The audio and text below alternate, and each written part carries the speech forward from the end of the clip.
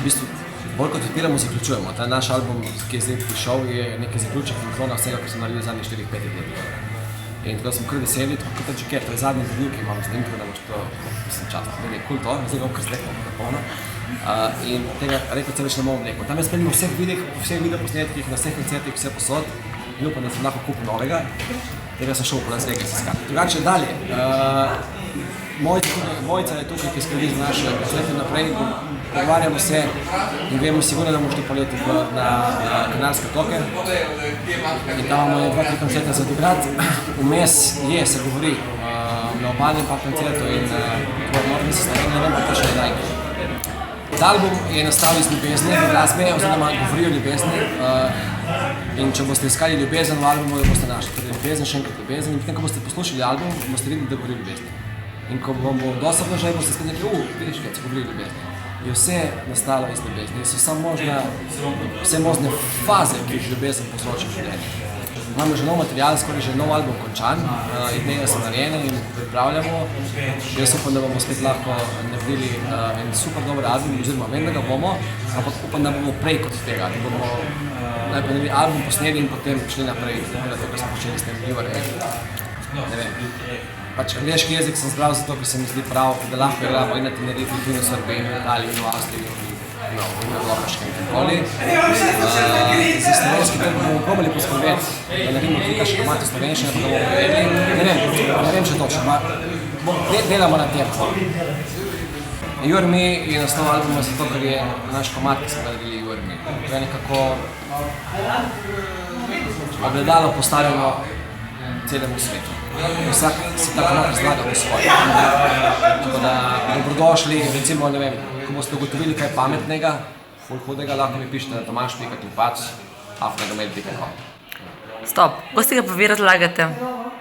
Ma si ga ne razlagam. Recimo ti. Jaz si ga ne razlagam. Ampak je avtorsko delo? Ne, je avtorsko delo. Sigurno je avtorsko delo, sem ga napisal in vem, zakaj gre in je dejansko ogledalo postavljeno. Vsak si, you are me, you are me, ti si jaz sem ti.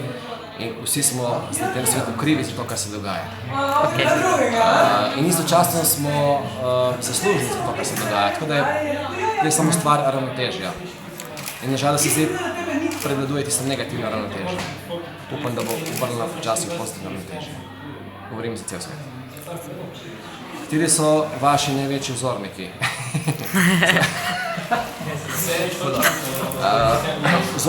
Vzorniki, ne? Dražen Petrović je moj vzornik. Košarko je dela, by the way. Je igral? Je igral košarko. Najbolj si v miru. Tomaž Terček je moj vzornik, ker je dober špiker bil. Se spomnim njegova uha, ima podobno kot jaz. Samo ti imaš lase, pa se ne vidi. Točno. Potem, kdo je še potem? Recimo, vem, moj non je bil Fušič Nadje Komaneči, tudi meni je bila Nadje Komaneči. Pa daj, ki je bila gipsna za to. Noben je ne pozna njo, razumeš, kdo je to Nadje Komaneči? To je svetovna gimnastičarka, ki je zbežala iz Romunije v Ameriko in naredila celo štalo, gledam, takšno ceno dobivala, da aj čau. Ko se tiče pa glasba je širok spektr. Rad poslušam Queen, rad poslušam Queensryche, rad poslušam Pink Floyd, rad poslušam vse. Težko, Black Eyed Peas, Justin Bieberja. Ja, ti picar, ja, valjda. Tudi Damjana Murka poslušam. Ja, resno. Tudi Freddija Millerja. Še malo bom imel prvi isto kon, to. Evo, to je to. Kakšen cilj je postavljen za naprej? Vedno gledamo naprej. Vedno. Naprej, če gledaš nazaj, je vse tako, nič. Naprej se da hoditi, nazaj hodiš bolj težko. Če hodiš nazaj, lahko hitro padeš naprej, vidiš, kaj se dogaja in se lahko makneš v videti. Tako da naš cilj je, da naredimo še en dober album in predvsem, da čim več igramo, ker na odru smo najmočnejši 69. Ko gledate na slovensko glasbeno sceno, tako. Ali pa včasih gre tako. Ne, je pa ful dobrih bendov in sem zadovoljen. Sploh pa moj sin igra v dobrem bendu, Freedom House. Res so, mega band, mladi dečki, ki delajo res dušo in srcem in še ne vejo, kaj je ta pokvarjen svet in mislijo, da bojo mega svetovne zvezde in želim, da jim rate. Res, ker so špica dobri. V centru mladih imamo na voljo vadnice z mladih glasbenika Šoga Kanola, ki svetujete mladim glasbenikom začetku svojega glasbene poti. Mladim glasbenikom na začetku svoje glasbene poti svetujem to, da ustrajajo in še enkrat ustrajajo. Ker tudi če si slab, če ustrajaš 20-30 let, pol te imajo za neko legendo in si podobno, come on, že 30 let igrajo. Tako da ustrajajte in mogoče se vam nasmehne sreča, upam pa, da še prej, zato da vas vidijo, kar dobro igrate. Kako je bilo nastopati v Centru Mladih? Ful dobro.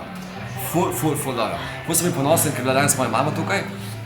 Jaz sem prvič sem nastopil leta 89, je bil to hud koncert, vem, da so bili Rdeči balon, Saša Enziller, Tomaž Sršen, potem kasneje je igral pri Vladu Kristini oziroma pri vse nevažno.